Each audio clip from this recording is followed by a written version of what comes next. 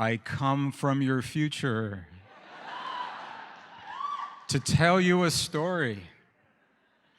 Good morning.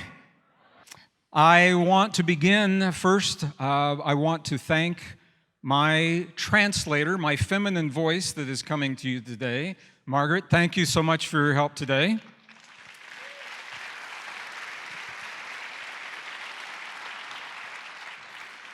And I'll apologize to you because I don't know the German language well enough to share this program. So thank you for working with me with Christina. And I want to thank, I don't know if you can see this, but behind you it looks like Manned Spacecraft Center in Houston and NASA that is running all of the audio visual for this. These guys are awesome. Thank you for helping us to have such a beautiful program. I appreciate it. Yeah. And I want to thank Pablo for creating this event, for having the vision and the wisdom and the dedication to see this thing through so that we can all come together today. Pablo, wherever you are, thank you so much, brother. It's you. And I want to thank all of you for being here today. So I want to ask, who is in this room that is not from Basel? Wow. Okay, who in this room is not from Switzerland? I just have to ask this question right now. Who in this room is not from Earth? Okay. It's good to know. It's good to know right now. We'll just get that right out in the open. Well, I want to thank you all for being here from all the places that you have come to see this event with us today. What an awesome weekend. Marianne Williamson yesterday, wasn't she great yesterday, Marianne? Yeah. And on this stage tomorrow, you're going to see Dr. Joe Dispenza, my dear friend, my colleague, my spiritual brother. Yeah. But today you're going to see Greg Braden. Oh, thank you, thank you. I put together a special program for you today. What I want to do is I'm going to tell you a story. It's a true story about you and me and our history and this planet. I'm going to begin with a little science, some new discoveries, and those discoveries are going to lead us directly into the human heart. And I want to share with you techniques right here in this room that you can use when you leave this room today. So this is more than just information, more than just a lecture. Are you okay if we do it that way? The science and then the heart? Good. Well, I think this is a very important program. It's more than just a conference because our world is changing. Have you noticed our world is changing? Yeah, your country is changing wherever you come from. My country is changing. The planet is changing. And in some programs, I talk more about the changes. I am a geologist, a degreed geologist. So my background is in the sciences, looking at the big picture, the big cycles of time.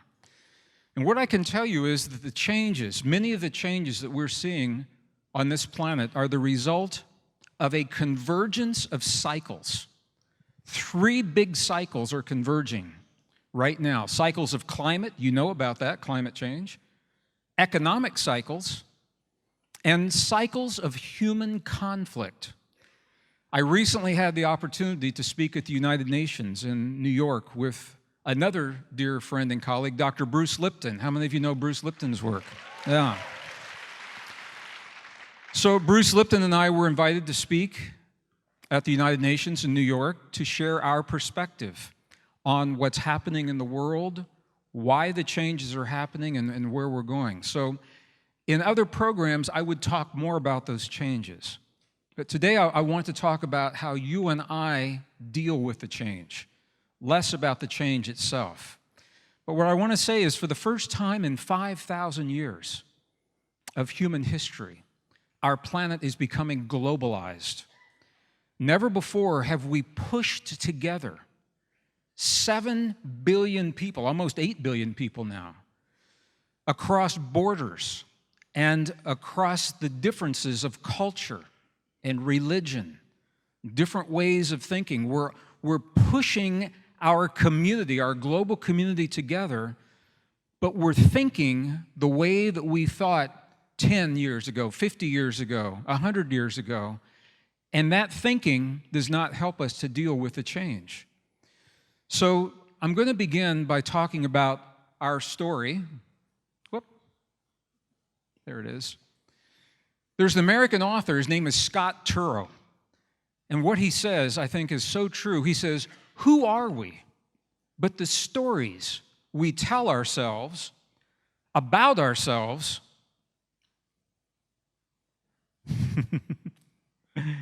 and believe."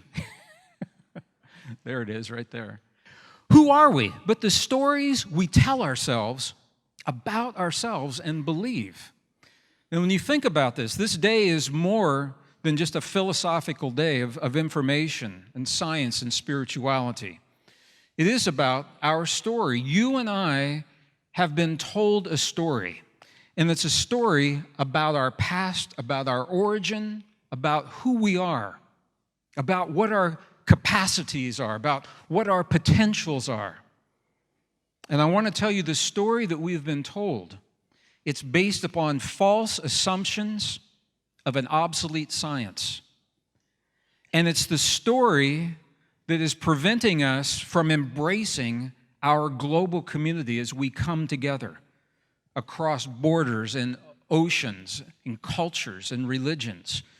We're still thinking the way that we've been taught to think 10, 15, 20, 30, 50 years ago. So new science is giving us new ways to think. Our story matters. Your story matters. And I want to tell you why your story matters.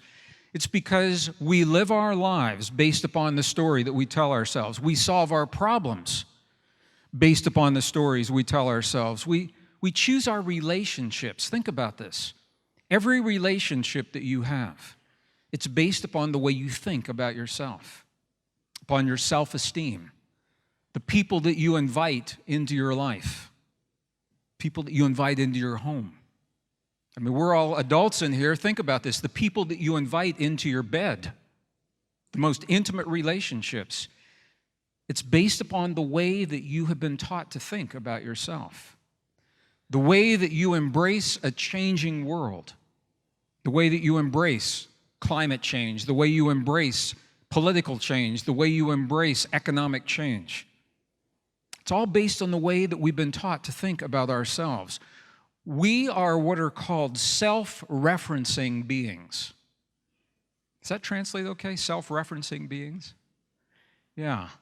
So what that means is that we base our personal sense of well-being upon the way that we feel about the world. And as long as the world behaves the way we expect it to behave, we feel pretty good. When the world begins to change, if we don't know who we are, if you don't know who you are, at the core of your being, if you don't know who you are, then that world that changes, it can be very frightening. And you're seeing that happen right now. Because we live in a world where we have been steeped in a story of powerlessness, separation, competition, conflict. We're going to talk about this a little bit. This is part of the story that we have been told about ourselves, but it's not true. But it's based upon the ideas of separation, competition, and conflict that we're trying to embrace this change in the world. And the result of that is the world that is unfolding right now. It's the world of chaos that we see right now. We live our lives, we solve our problems, we choose our relationships, we heal our bodies based upon the way we've been taught to think about ourselves. So when you really begin to consider this day becomes much more than a philosophical conversation about our stories. Because what we're going to talk about goes right to the core, to the very core of the essence of who you are, what your potential is in this world.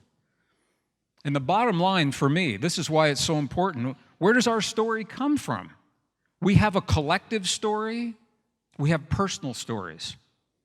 Our personal stories, they come from our family, come from our society, from our community, from our religion, from our textbooks, from our classrooms.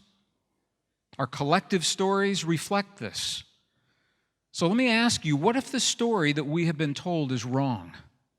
What if we've been told a story that's not true? You've been told that you're powerless when it comes to healing your body. What if that's not true? You've been told that you're separate from the very planet that you live on. You've been told that you're separate from one another. What if none of that is true? Well, this is what the new science is actually showing us. I've spent much of my adult life searching the wisdom of those who have come before us to understand our story. I wanted to know who our ancestors were and what was the story, the collective story that our ancestors have shared. And some of you have been with me on some of the journeys. My journeys have taken me to some of the most amazing places in the world.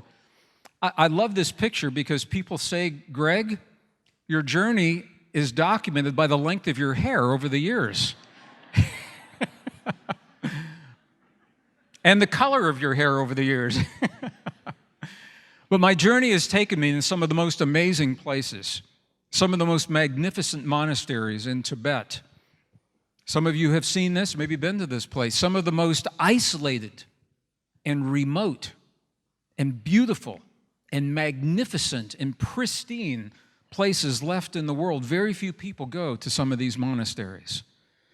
It was in this particular monastery that I had the opportunity to see the library that preserves the story of the Tibetan people, the story that they tell themselves. So I want you to see, we walked into the library. It was completely dark. This is what it looked like. That's my very famous National Geographic photograph, the dark library. But when the lights came on, this is what we saw. So what you're looking at is the corner of a library of ancient books. It's about as tall as this theater. It's about 3 stories tall. These are Tibetan books. They are loose pages that are sandwiched between the covers. And when we open those pages, each page tells a story. And it tells a story of our past from a spiritual perspective. Now, I'm sharing this with you as an example because it's in the libraries of these ancient monasteries in Egypt, in Peru, and Bolivia, and Tibet, and India, and many other places where we find the best records, the best preserved records of our past. And it's in these places where we begin to find the essence of a story that we used to tell ourselves a long time ago. But it's also in this place where we find the wisdom. The wisdom that's in those records is older than the paper that those books are written on. The wisdom is recorded on stone tablets in cuneiform. It's recorded in Sanskrit. The wisdom is recorded in our most ancient and cherished spiritual traditions. That wisdom is at the root of the great religions of the world. That wisdom is at the root of the Hebrew traditions, the Tibetan Buddhist traditions, the traditional Buddhist traditions. It's at the root of the Hindu traditions. It's at the root of the Christian Old Testament. It's at the root of the Christian New Testament. When we go back far enough in time, the story of our past begins to look very, very similar, and the differences don't seem so great. And that's the value of spending time in these places and being with the people. I've had the opportunity to study with the people who live the traditions recorded in the monasteries. And I've spent time with the monks and the nuns, and this particular man is an abbot in Tibet. I've had the opportunity to spend the time with the ladies, the nuns. Isn't she beautiful? Isn't that a beautiful nun? Yeah, I've had the opportunity to work with the shamans. This shaman is from Peru. and the healers and the yogis and the mystics, the curanderos that we find in these places. The shamans in Peru, this is the shamans in the Yucatan of Mexico. Had the opportunity to spend time with the women who are anchoring this powerful feminine wisdom that is now coming back into our world. The feminine wisdom of compassion, the feminine wisdom of intuition, feminine wisdom of the heart. And I'm sharing all of this with you for a reason. So I'm going to stop right here. I want to ask, Marguerite, how are we doing? The translation, am I too fast, too slow? Are we good? How are you guys doing? Are we okay? The sound is good? Okay. Should I start talking faster now? It's good. Thank you. Thank you, Margaret. I'm checking now because if we wait for an hour and find out it's not good, that's not good. So I'm sharing this with you because for 5,000 years, the indigenous wisdom, the ancestors, our elders have told us a story about who we are. And they told us a story that was based in connection. They said we're connected to the earth. We're connected to one another. It's based upon abundance. They said there's enough here for everyone if we learn how to live and work together. They've always said that. It's based upon cooperation. It's based upon harmony. It's based upon human significance. I want to be very clear about this. Ancient traditions have always told us that you and I are very, very significant on this planet, that we are a part of everything that we see, that we are powerful, empowered beings. And that's very different from what you've been taught. This is the story of our ancestors. Okay, connection, abundance, cooperation, harmony, significance, 5,000 years. 150 years ago, Charles Darwin and other scientists began to tell us a new story. And this is the story that you were taught. I was in school in the 1950s, the 1960s, early 1970s. It's the story that I was taught. It's the story that your children and our children are being taught right now. Science is teaching us a story of separation, not connection. A story of scarcity, of competition, struggle, conflict. It's a story of insignificance. Science teaches us that we are the result of a process that is called random genetic mutations, evolution, that we came along late in the game and that we are very insignificant in this world. And that's important because when we teach our young people they are insignificant, their self-esteem drops. They feel powerless, they feel helpless, they feel fearful. And you're seeing this in our young people today. Our young people, the cyberbullying, where they bully one another on digital media. A high rate of teen suicides. Nobody wants to talk about it, but it's out there, it's true. You're seeing this in the hate, the growing hate that is happening throughout the world today based upon religion, based upon the color of our skin, based upon our sexual orientation. It's all because of a way of thinking. So if we're going to create a better world, if we're going to create the world that Marianne talked about yesterday, we've got to think differently. Would you agree with that? Yeah, we've got to think differently.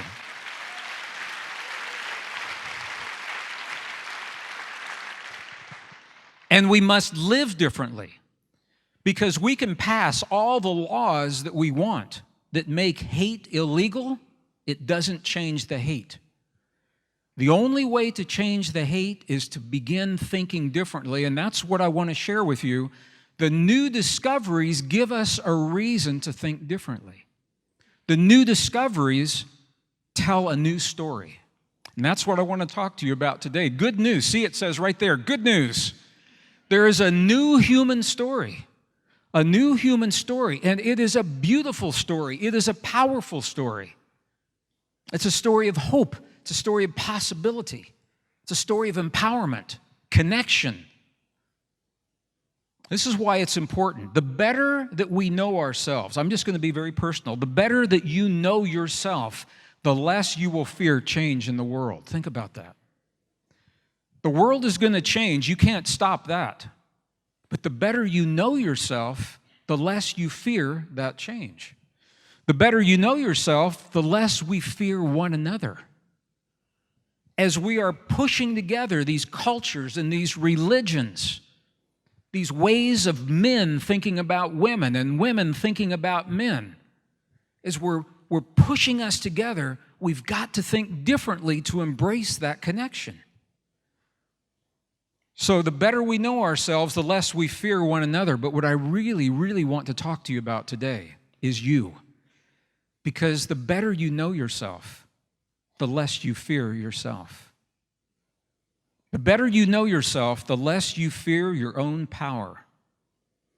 And I'm about to share with you the new science that tells you what a powerful being you are. And you are more powerful than you have ever been led to believe. You're more powerful than what they taught you in school. You're more powerful than the religions tell you.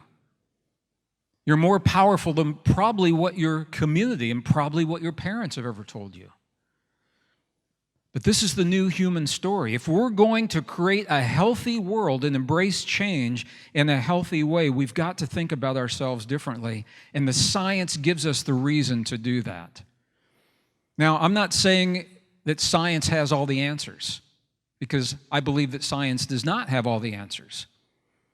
But science is a language that we have grown to trust.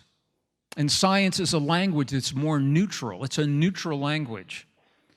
If we talk about the changes in terms of religion or religiosity or spirituality, there's a lot of baggage that comes with those words. So I'm going to share with you the science, and the science is going to lead directly to the core of your being. It's going to lead directly into the human heart and the new discoveries that show how your heart informs your brain of what to do in your body and connect you to the world. That's where I want to go with this program today. New discoveries. New discoveries are changing our story. We now know, for example, we know that nature, the fundamental rule of nature, is not conflict. It's not competition, as Charles Darwin told us. The best science of the 21st century tells us that nature is actually based upon cooperation. Can you imagine what would it be like if we raised our children from the time they begin reading to know that they live in a world where nature cares for them? What would that be like? We now know that we are designed, your body is designed to regenerate. How many of you have heard it said that we begin to die the moment we're born? Have you ever heard that? I want to tell you it's not true. What is true is you begin to heal the moment you're born. Because every organ in your body is now documented with the ability to heal and regenerate. Spinal cord tissue, brain tissue, heart tissue, pancreatic tissue. All of them can heal and regenerate if they are given the right environment. We're born to regenerate, and you begin healing and regenerating the moment you take your first breath. You're doing it right now. We're born to self-regulate. I want to tell you, you are the only form of life that we know today that has the ability in a moment in time to sit down and consciously self-regulate your biology. You can turn on your anti-aging enzymes when you choose. You can turn on your immune system and strengthen it when you choose. You can access the deepest states of intuition when you choose. You can communicate with your subconscious the moment that you choose to do so. No other form of life can do this on demand and more. That's where I'm going to go with this. You're going to see what I'm talking about as we go into the science. We used to think that energy and matter were two separate things. When I was growing up in the 1950s, this is what I was taught. that energy and matter are separate things.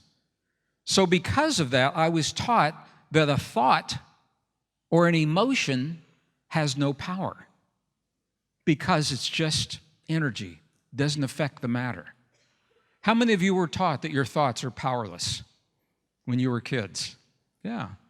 This is why. We used to think that energy and matter were separate. Now we know that's not true. Energy and matter are the same thing. Everything is energy. Think about this.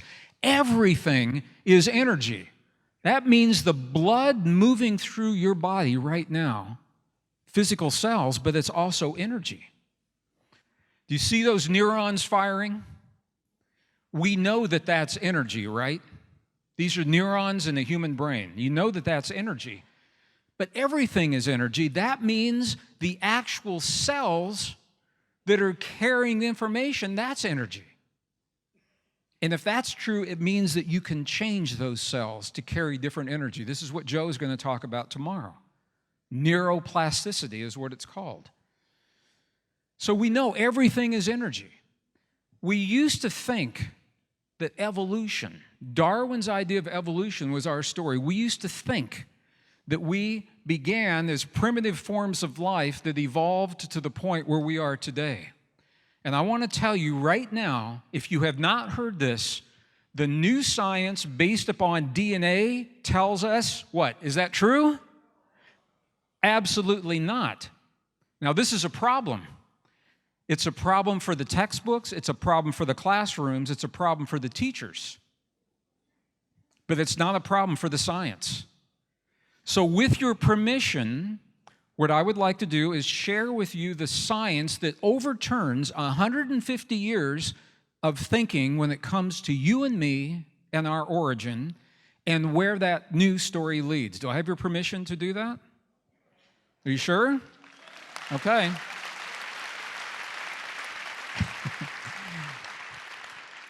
And I want to say, if there are any young people in here today, what I'm sharing with you, please do not confront your teacher, because your teacher can only teach what they know to be true. And this is not being accepted in the mainstream classrooms and the mainstream textbooks. Let me tell you why. There's a battle. There's a battle that is playing out in our world today to maintain what is called the standard model. The standard model of where we've come from, who we are, what our capabilities and what our potential are all about. There's a battle. And that battle is playing out in the classrooms and the textbooks, but the new discoveries have changed everything based upon DNA. Now, in German, it's not DNA. What is it, ADN? What is it? DNA?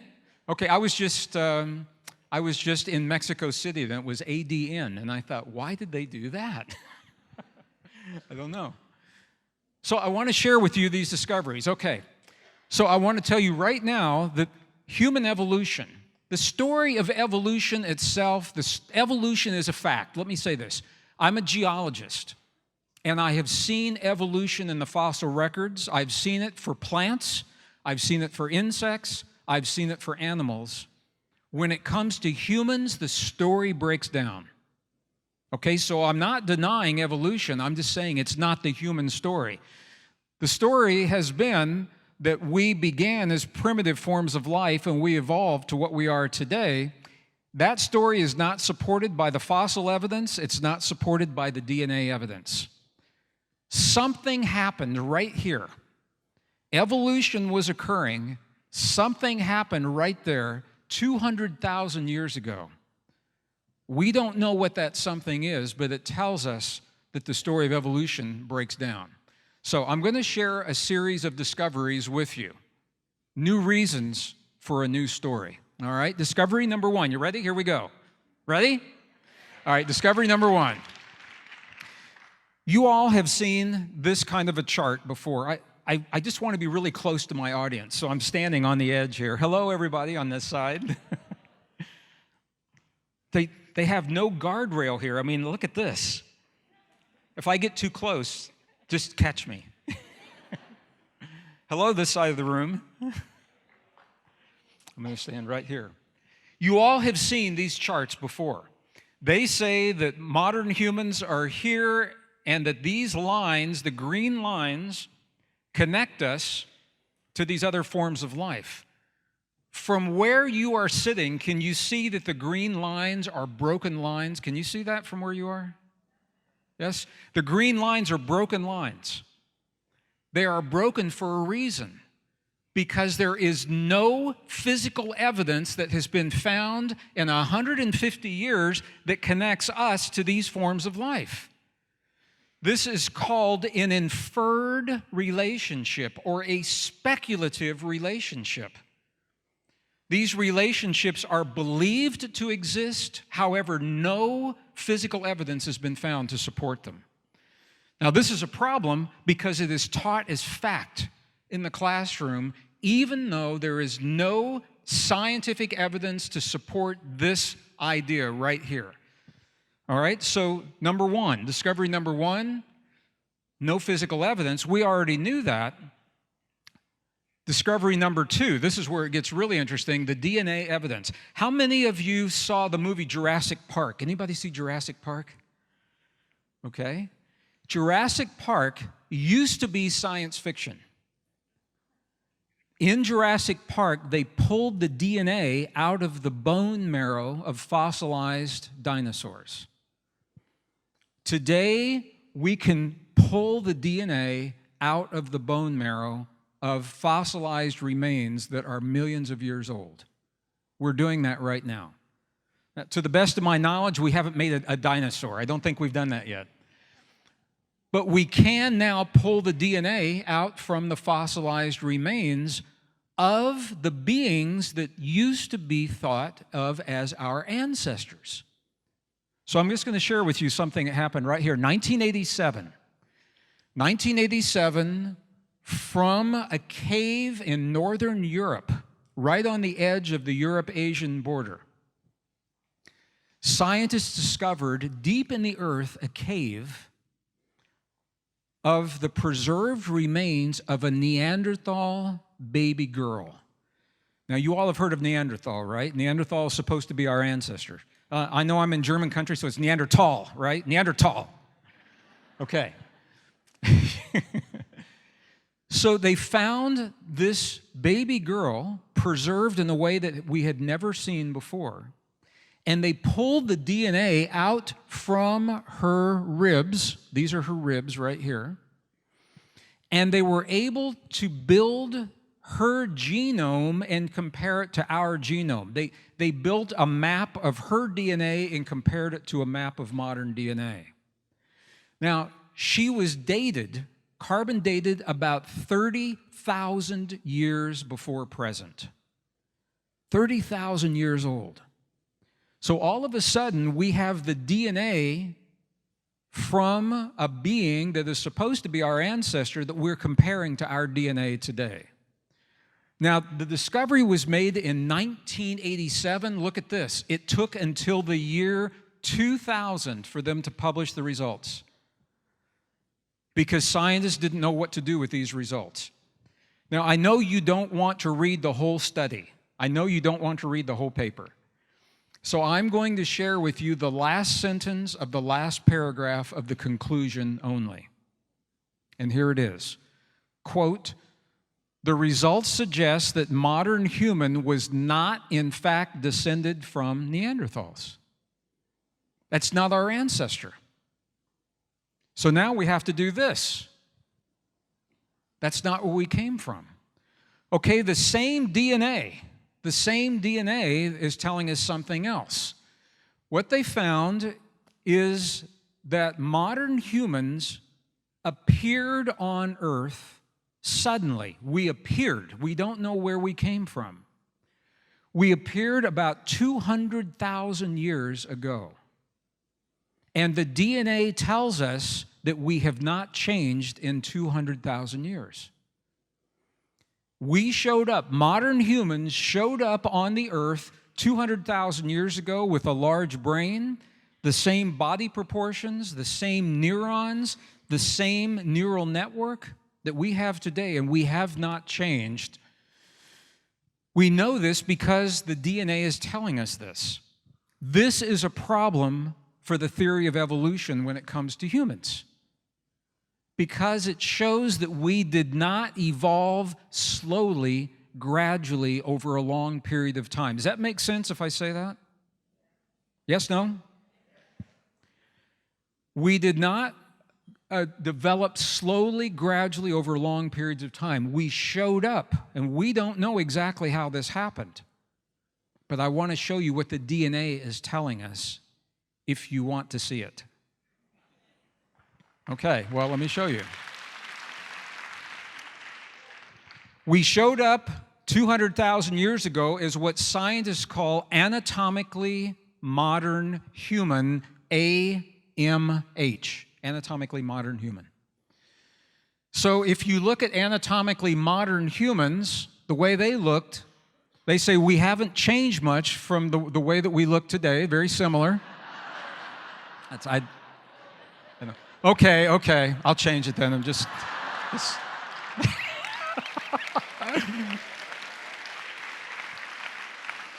I see a similarity. No, the point is that we have not changed in 200,000 years. They looked 200,000 years ago pretty much like we look today because the DNA is the same. So this is a problem for the theory of evolution, slow, gradual changes over a long period of time. So modern humans appeared suddenly 200,000 years ago with all of the capabilities that we have today. Two questions: how and why?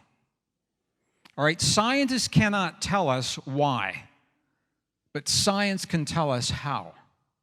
Science can tell us exactly how this happened. And this is discovery number 3. This is the most technical thing that I'm going to share with you today. There are a number of chromosomes in your body that are mysteries. We don't know where these chromosomes came from.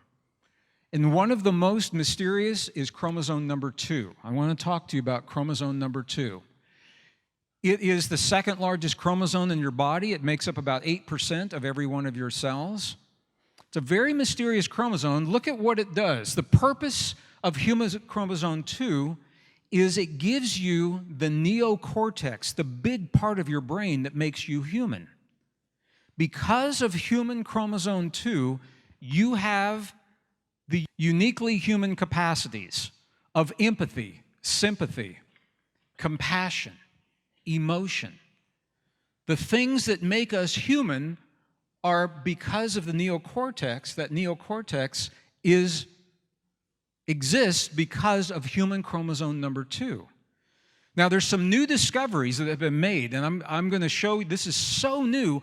One of these discoveries was only made in August of this year, 2018. Most brain scientists don't even know what I'm about to share with you. Okay? Brand new discovery. So here's well, I haven't shown you yet. Here's the neocortex right here. Everything you see in green right there. There are 6 layers of the human neocortex, and they are made possible because of human chromosome number 2. If chromosome number 2 wasn't there, we wouldn't have that neocortex. We wouldn't have the ability of empathy, sympathy, compassion, self-regulation. We wouldn't have that.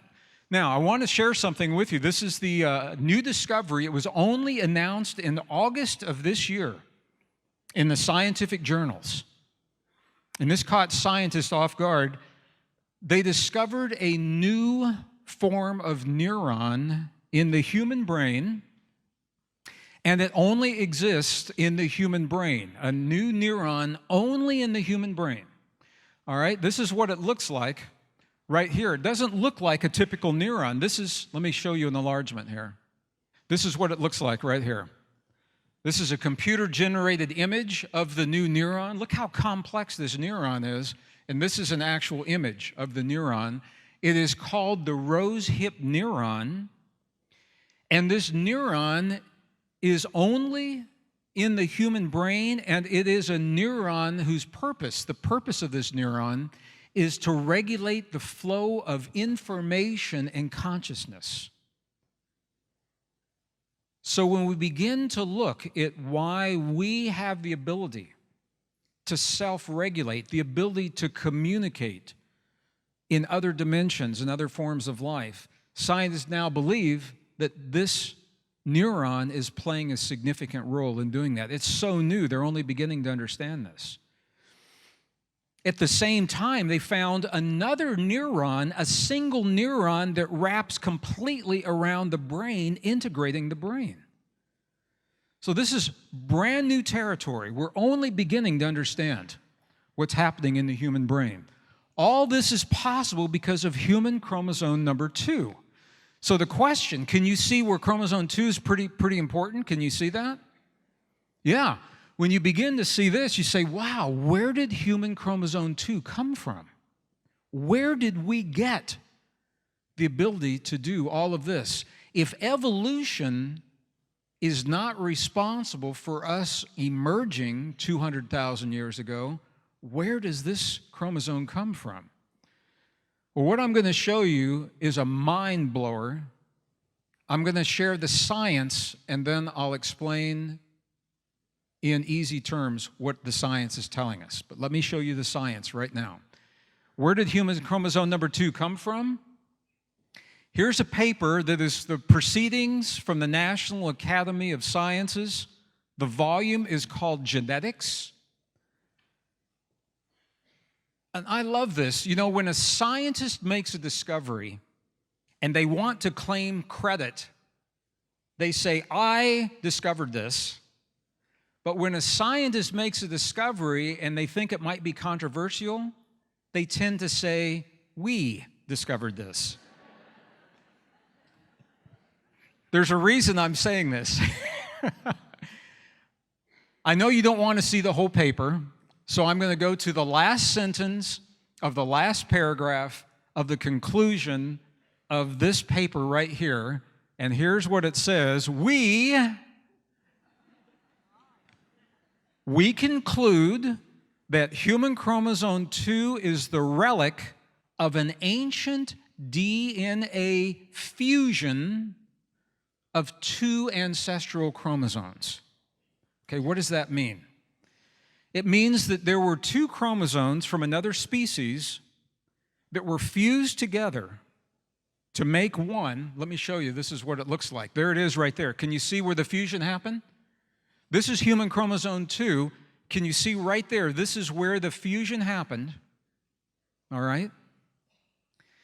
After the fusion happened, it's not enough that it was just fused. After the fusion happened, the new chromosome was modified to give it stability and to make it efficient. There were some genes that were turned off, some that were turned on, some that were added, some that were removed. Let me show you a little movie. Here's a movie of what happened. Sometimes movies are better than the paper. So there were 2 chromosomes that came together. There were some genes that were added. There were some that were removed to give us the new, stable human chromosome number 2. Now that scientists know this, here's what they're saying. This DNA fusion did not happen as the result of evolution.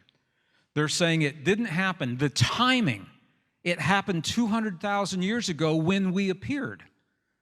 The precision of combining these chromosomes in a way that gives us what we have today, and the result, human chromosome number 2, all suggests something beyond evolution. They're saying evolution did not do this. This is where science is stuck. They say it is now leading to what is called forbidden territory. Does that translate well into forbidden territory? Because what they're saying is the fusion appears to be intentional. It suggests intention. And if it is intentional, it implies that there is a purpose to it being done. This is where science has to stop. Science is having a really hard time with this. But this is what the evidence is showing. It's called forensic DNA. It's where we take the DNA that's in your body now and work backward to see how it formed. And when the scientists work backward, this is what they find. Human chromosome number 2 is the result of 2 other chromosomes that were fused and then modified to give us what we have, including the neocortex. Now, if that were only 1 chromosome, you could say maybe it was just a really lucky biological accident. It was not just this chromosome. There's another chromosome. I'm not going to talk a lot about it, but chromosome number 7. When I'm not on the stage as an author, I'm on the stage as a musician. I've been a guitar player all my life. And one of the things I always wondered as a musician, you know, chimpanzees share 98% of our DNA, but a chimpanzee cannot sing Stairway to Heaven. Led Zeppelin, Stairway to Heaven. Have you ever wondered why a chimpanzee, haven't you ever wondered why a chimpanzee cannot sing Stairway to Heaven like I have? No, here's the reason. The reason is because only in humans, chromosome 7, there was a shift in a gene, and if you're a scientist, I'll tell you the gene, it's called FOXP2 gene. Maybe you know that. FOXP2 gene in humans connects our tongue and our mouth and our jaw and our brain so that we can sing and have complex language. No other primate has that. Guess when it happened? Guess when it happened? Exactly 200,000 years ago, when human chromosome 2 was formed. And there are others. So when we put all of this together, it says that something happened a long time ago. Something happened 200,000 years ago to give us the abilities and the potential that we're about to explore. They did not develop slowly, gradually, over long periods of time. When we showed up on this earth, we had all of this potential. The potential to self-regulate, to self-heal. The potential for complex language. All right? So, it implies the purpose. You say, well, what are the chances that this could have happened? Let me show you. The odds are 1 in 10 to the 600. If you want to know what that looks like, here's what it looks like. These are the odds that it could have happened by accident. So if that was a lottery ticket, you would say, there's no way I'm going to get this. I'm going to get this. And if you're not into math, let me do this another way. British astrophysicist Fred Hoyle, he says that the odds of this happening are the equivalent of a tornado sweeping through a junkyard. I'll let the translation catch up. So the odds of the DNA forming randomly are the equivalent of a tornado sweeping through a junkyard and assembling a Boeing 747 from the scattered debris. Okay? That's the odds that DNA formed randomly. So now we ask, this is what the 747 looks like. You know that's not going to happen. A tornado is not going to go through a junkyard and give you one of these. All right? So we know that it did not happen by chance. There is an intentionality, and this is where it gets really interesting. The questions are who would have done that? Why would that have happened? Well, the answer is it depends on who you talk to. Every ancient tradition has a story. The ancient Sumerians, they have their story. The ancient Aboriginals have their story. The Egyptians have their story. The Christians have a great story right here. The Navajo have their story. The Hebrew traditions have their story. Mesoamericans have their story with archaeological remnants. Everybody has a different story. Science has had a story that's called evolution. And now there's a new story based upon the DNA. There's a new story based upon the DNA. So I wanted to share this with you. I'm going to stop with this, and then we're going to go into the new discoveries of the heart. But what I want you to see from this is that you are more than you have been led to believe. You're not what you've been told. You're not the product of random mutations. You're not the product of an accident of biology. There appears to be an intentionality underlying your existence. You are human by design. We don't know who or what as scientists. You may know intuitively, but this is where we're going with this. So the question is, we have this extraordinary potential. How do we awaken that potential? How do we go beyond trying to figure out where we came from and access what it is, the gifts that we've been given? And that's what I want to do right now. Discovery number 4, 1991. There was discovery made in the human heart that shocked heart scientists. They discovered that there are about 40,000 special cells in the human heart. They're called sensory neurites. These are like brain cells, but they're not in the brain. 40,000 brain cells, but they're in the heart. And they're concentrated in a way that is called the little brain in the heart. Okay? So these cells, this is what neurons in the brain look like. Okay, and you've all seen what these look like. This is what the neurons in the heart look like. You can see, here's the heart, and every place where you see one of these little dots, these are where the neurons are located. They are around the arteries, around the places where the blood comes in and where the blood leaves. Now think about what this means. We've been taught that the brain is the master organ in the body.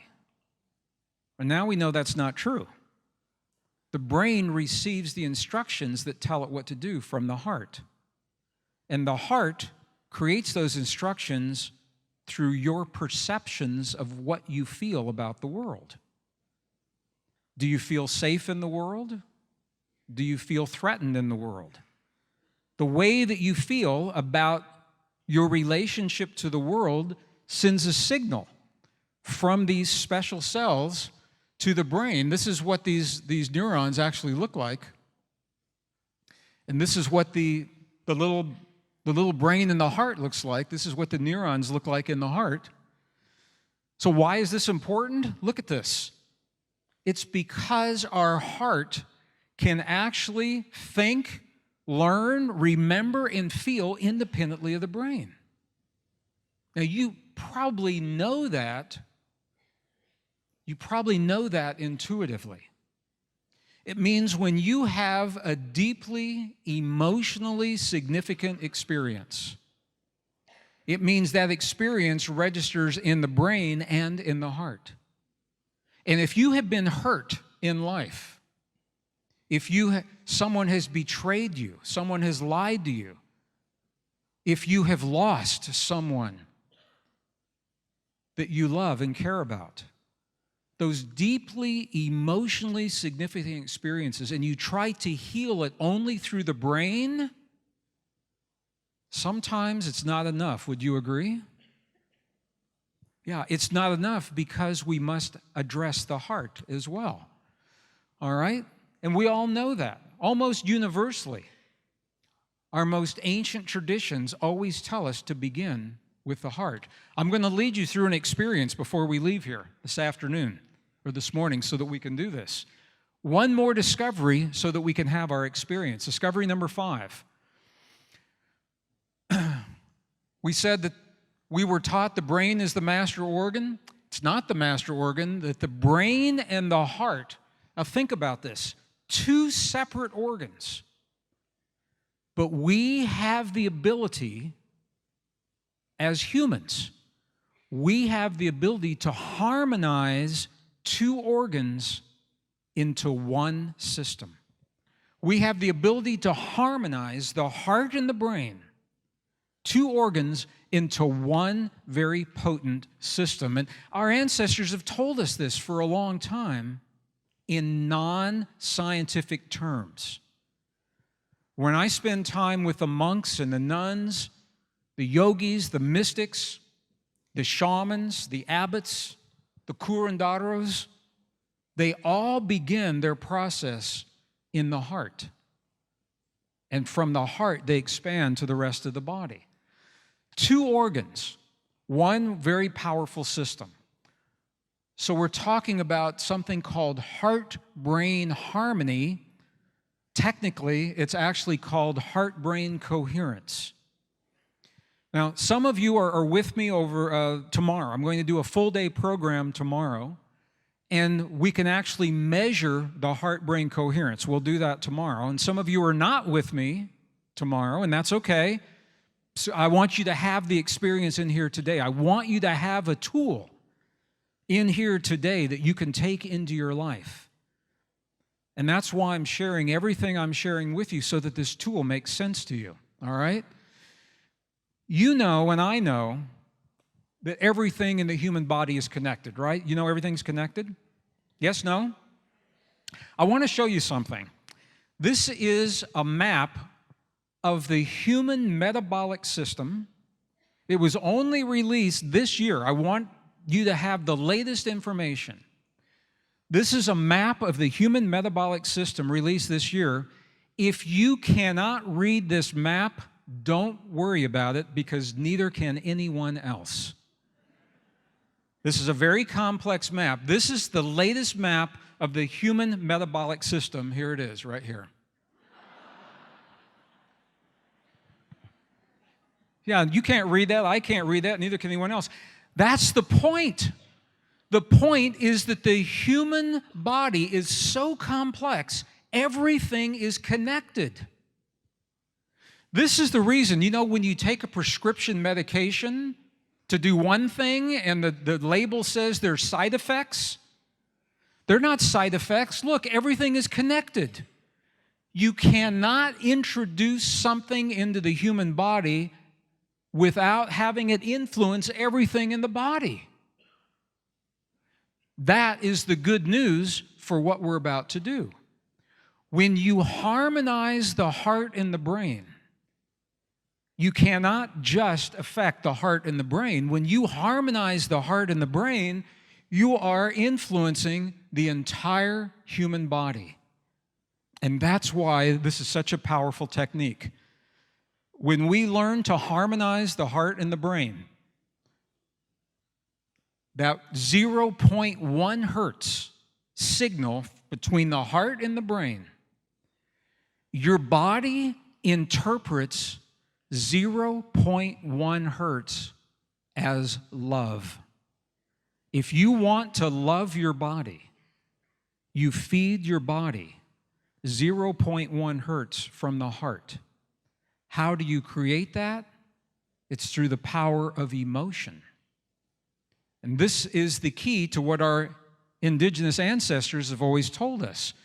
Now, when we harmonize the heart and the brain, I want to explain why it's powerful, and then I want us to do it here in this room. I want us to have the experience.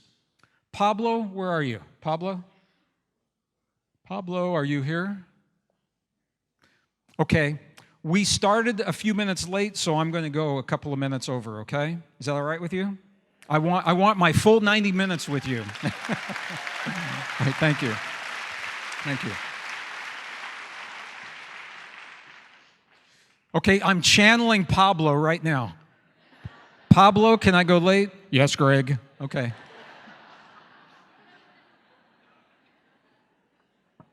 Donka, Shane. I was thanking Pablo. All right.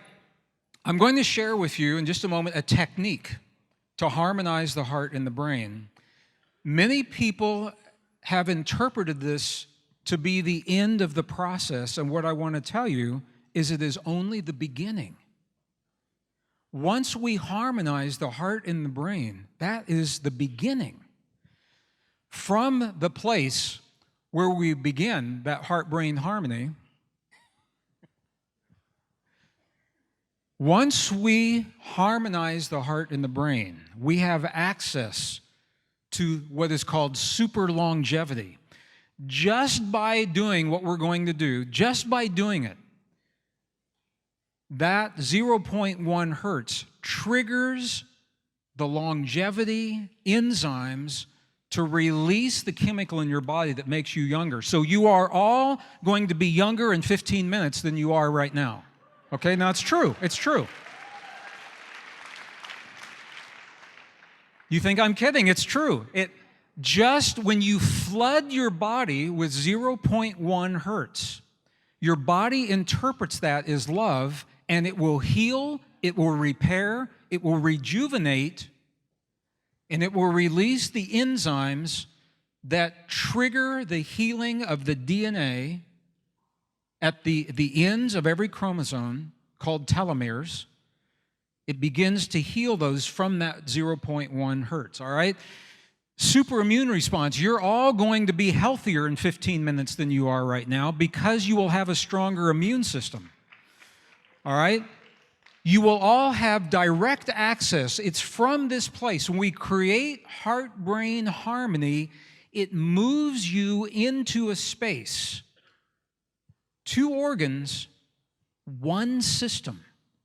When you harmonize the heart and the brain, it allows direct access to your deepest intuitive intelligence, to what is called your heart intelligence.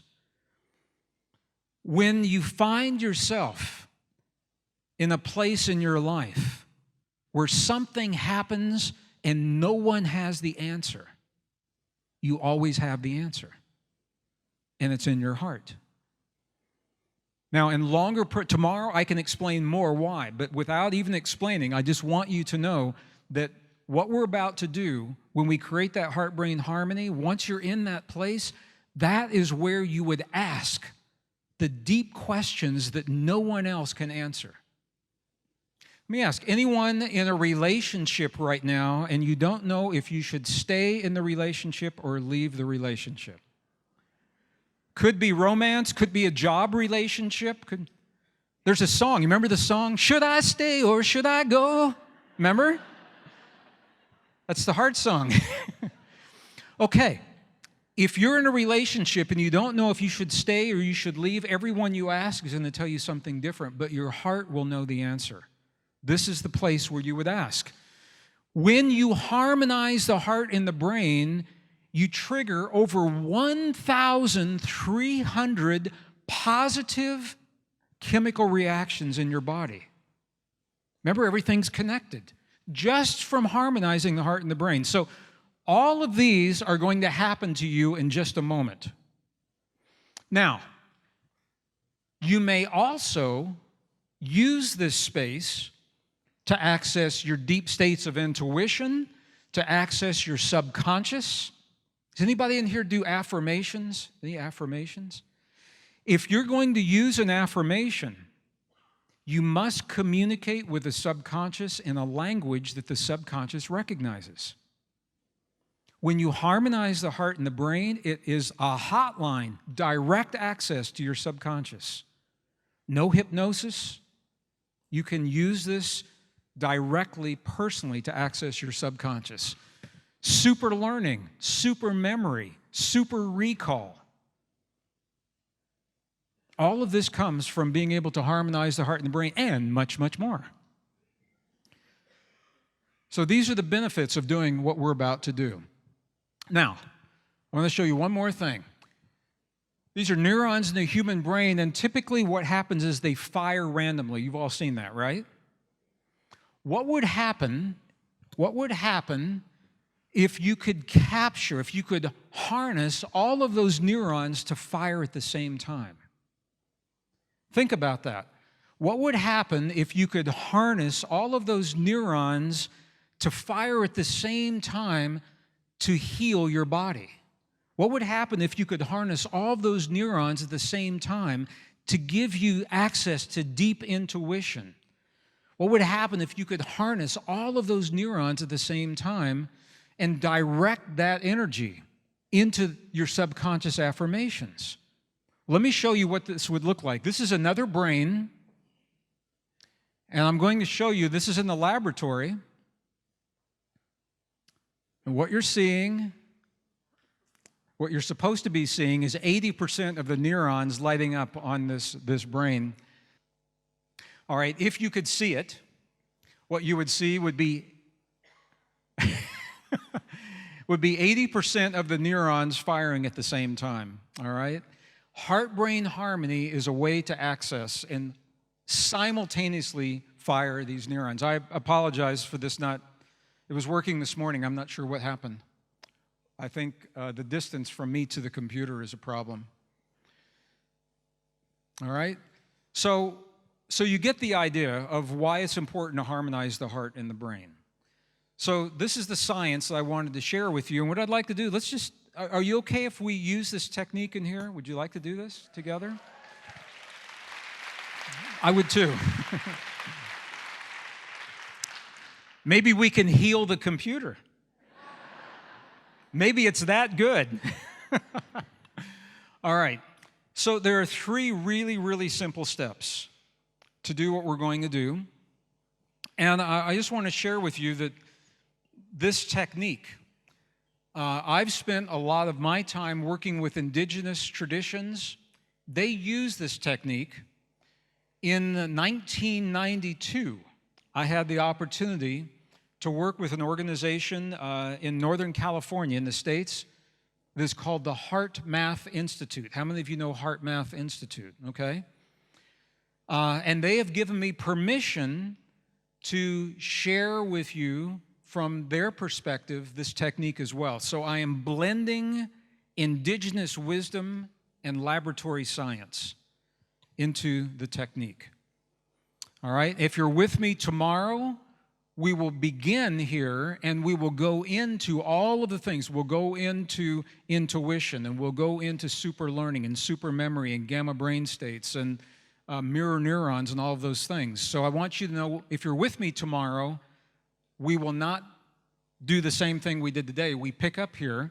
If you're not with me tomorrow, I want you to have now a technique that you can apply in your life without coming and spending a day with me tomorrow. So I want you to have something, okay? All right.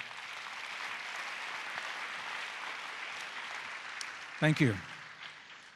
So let me just first explain what we're going to do, and then we'll do this together. 3 steps. The first step, I'm going to ask you to shift your awareness from your mind into your heart. So the first thing that you'll need to do is you won't need any notebooks or pencils or papers or anything like that. I'm going to invite you to shift your awareness from your mind into your heart.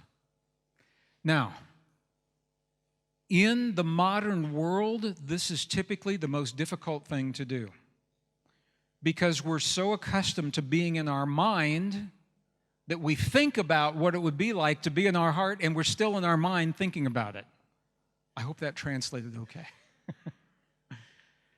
So one of the things that I discovered working with indigenous traditions, I asked the Tibetans, I said, how do you do this? You know, they're humans just like we are. I said, how do you get out of your head into your mind? And what they told me is this. They told me the same thing that the shamans tell me, that the healers tell me, that the nuns tell me. They all say the same thing. If you can touch your heart gently in a way that's comfortable for you. All right, so if you're a Buddhist, this is what the Buddhists do. The Buddhists do this. I'm not saying to do this, but this is why they do it. You can simply take your hand, you can take a finger or 2 fingers and gently touch your heart center. Now, when you do this, your awareness will automatically go to the place on your body where you feel the touch. Everybody try this. Just gently touch your heart center. Okay, can you notice your awareness goes to the place where you feel the touch on your body? All right, this is one of the ways that the indigenous people get out of their head into their heart. They'll close their eyes and touch their heart center and allow their awareness to move into their heart. Okay, and that is the first step. You're shifting focus. And when you shift the focus, I'll invite you to close your eyes when you do this. And when you close your eyes and you shift your focus from your mind to your heart, that sends the first very powerful signal to your body. It turns your awareness from the outer world to the inner world. The second step is to shift your breathing. So from the place where you feel the touch, I'm inviting you to breathe just a little bit slower than you normally would. When you slow your breath, you send a second signal to your body. Very, very powerful.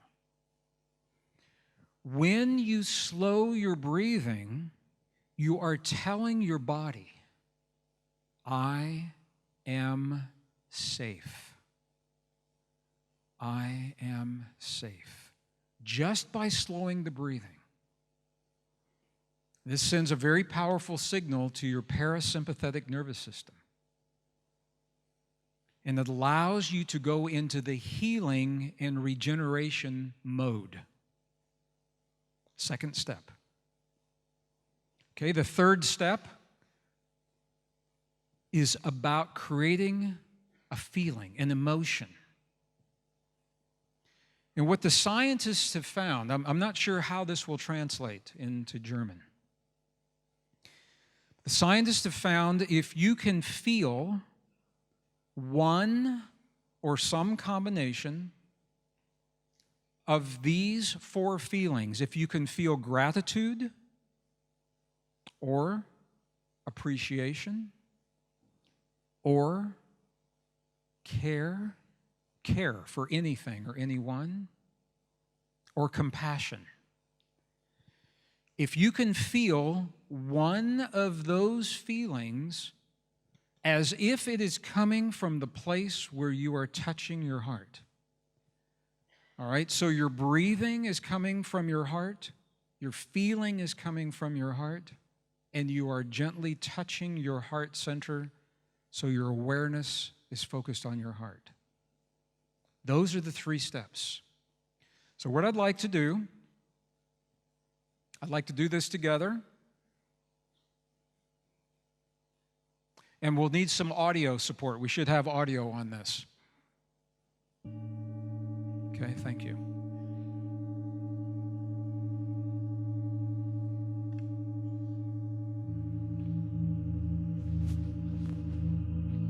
Okay, we just covered a lot of ground. We did some science, we did some history. It's all bringing us back into the power, the unique power of what it means to be a human on this earth. And we're about to have an experience that no other form of life can create consciously, on demand. This is you accessing your deepest truth. This is you accessing the wisdom, the intelligence within your heart. So I'm going to invite you to begin first by closing your eyes. I'm going to do the same thing. And allow your awareness to move from the outer world to the inner world.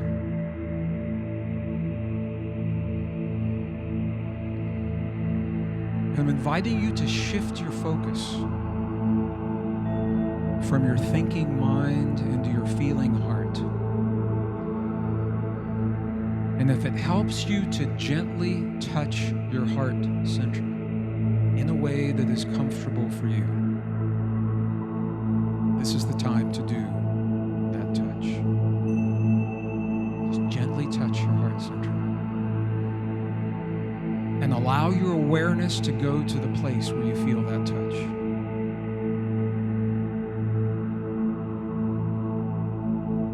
This is the first step. Second step, I invite you to slow your breathing just a little bit. Maybe 5 seconds on the inhale. Pause. 5 seconds on the release. Pause. 5 seconds on the inhale.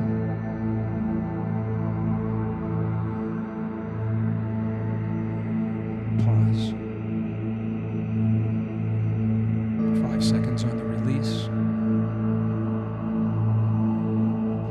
Continue to breathe at this rate.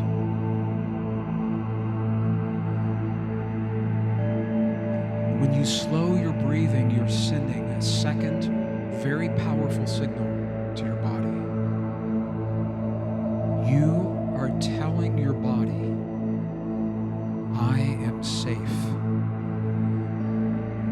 And you're saying it in a language that your body understands. You slow the breathing. You create a powerful shift in your body. This is the shift that allows you to free the healing, the regenerative systems in the human body. I am safe.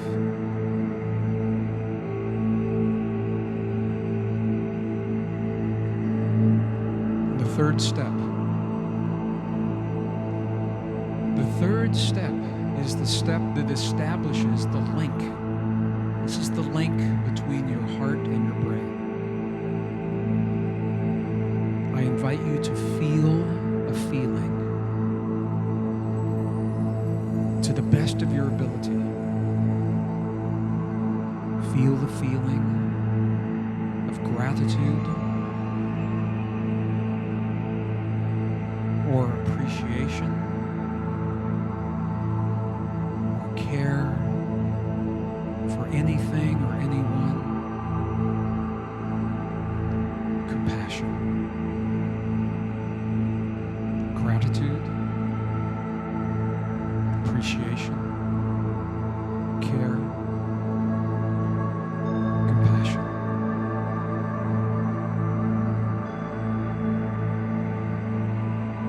To the best of your ability, hold the focus of this feeling in your heart at the place where you're touching your heart.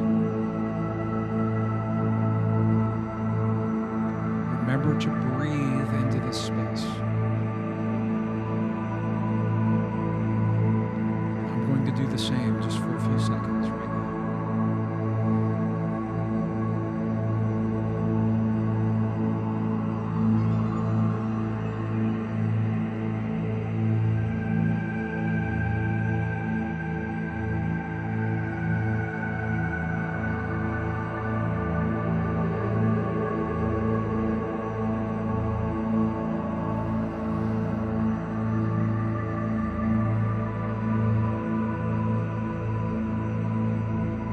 Best of your ability, hold the focus of the feeling in your heart.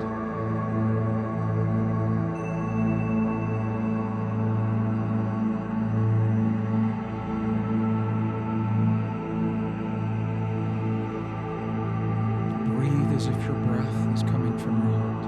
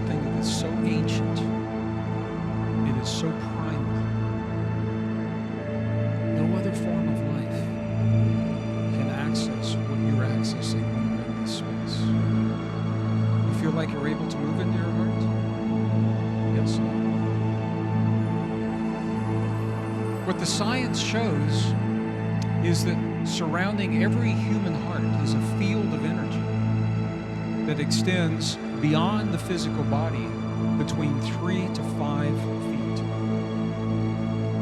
So there are over 1,000 of us in the room. There's over 1,000 hearts in the room. But we're all within 3 to 5 feet, so what does that mean? Yeah, we're sharing a heart field. So it is usually much easier in a group like this to get into that heart field. When you go home and you try this on your own, it may feel different, and I want you to know what that difference is all about.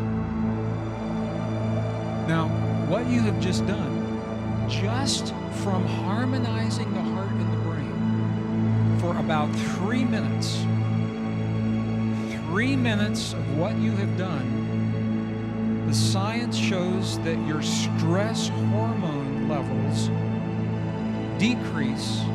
Cortisol decreases about 23%. DHEA levels, the precursor to all of your hormones, increases 100% after only 3 minutes. And that effect will last up to 6 hours without doing anything else. Just from harmonizing the heart and the brain.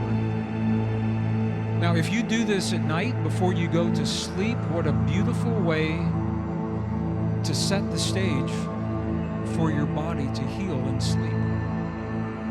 Or you can do it first thing in the morning. Or you can do it in the workplace if you know that you're going to have a difficult conversation at work. Or you can do it in your relationship if you know you're about to have a difficult conversation in your relationship. Because what this does is it puts you into a very neutral place.